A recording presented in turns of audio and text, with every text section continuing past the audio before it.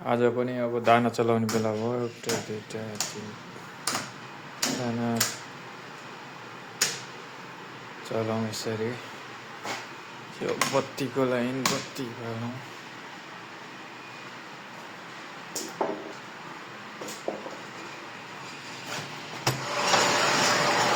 दाना खाना पुग्दैछन्।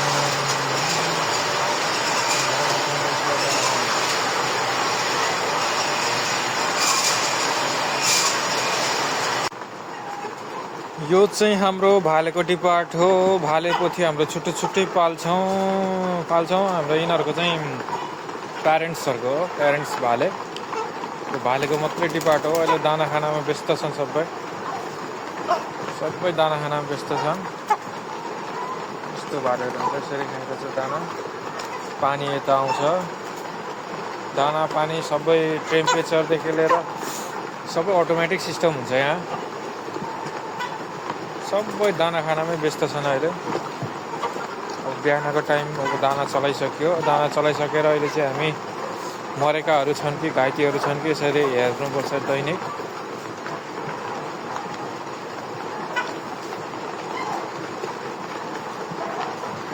यहाँ घाइते जस्तो भेट्दैछौँ। यो चाहिँ घाइते हो। यसलाई उठाएर अब यसको डिस्पोज गर्नुपर्छ। यसलाई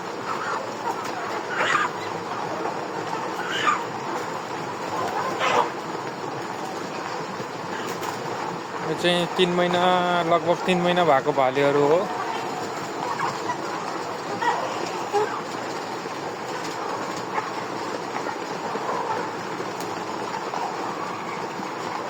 दाना यसरी आउँछ, दाना खाँदैछ।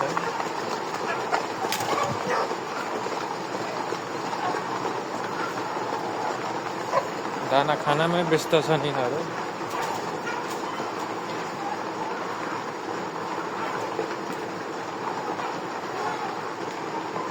खोर जोत्नको लागि तयारी गर्दैछौँ। खोर जोत्नुपर्ने हुन्छ।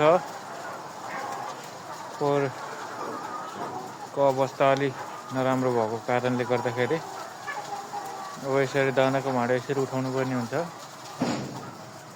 त हेर्दैछ हाम्रो एकजना कोरियन दाजुले। कोरियन दाजु र मसँगै काम गर्दैछौँ। यो उठाउने बटम चाहिँ यता छ, यहाँबाट उठाइरहेछौँ। यसरी यहाँ थिचिरहेछौँ, यसरी उठ्दैछ सर। यो सबै मोटरले कन्ट्रोल गर्छ।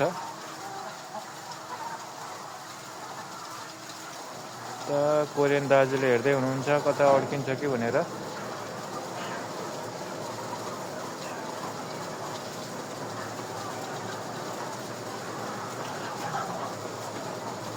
तर बिस्तारै उठ्छ।